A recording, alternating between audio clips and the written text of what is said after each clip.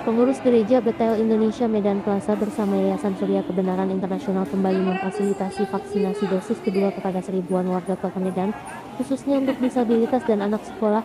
Warga didorong untuk aktif mendaftarkan diri sebagai penerima vaksin ke puskesmas jika belum menerima vaksin, juga terus mematuhi protokol kesehatan yang dianjurkan pemerintah.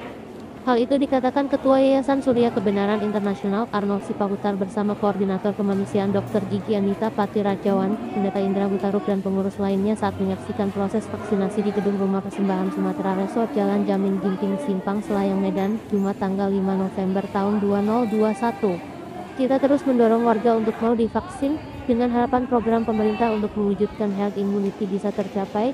Dengan capaian target tersebut, maka kegiatan masyarakat akan kembali normal, ujar Arnold. Menurut Arnold, walau saat ini persentase warga terinfeksi COVID menurun, warga harus tetap waspada, jangan takut divaksin, ini untuk kebaikan kita bersama, ujarnya. Kegiatan ini terlaksana dengan tetap menerapkan protokol kesehatan. Dukung terus channel Adol Official.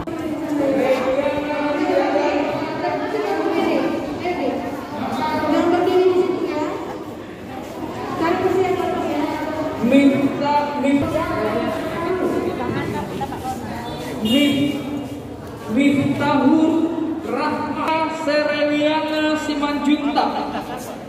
Rifka Sereliana Simanjunta. Parnel Renhard Wok.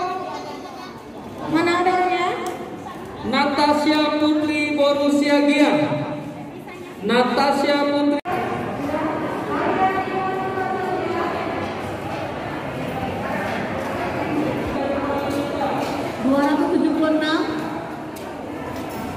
276 Mastina Gea.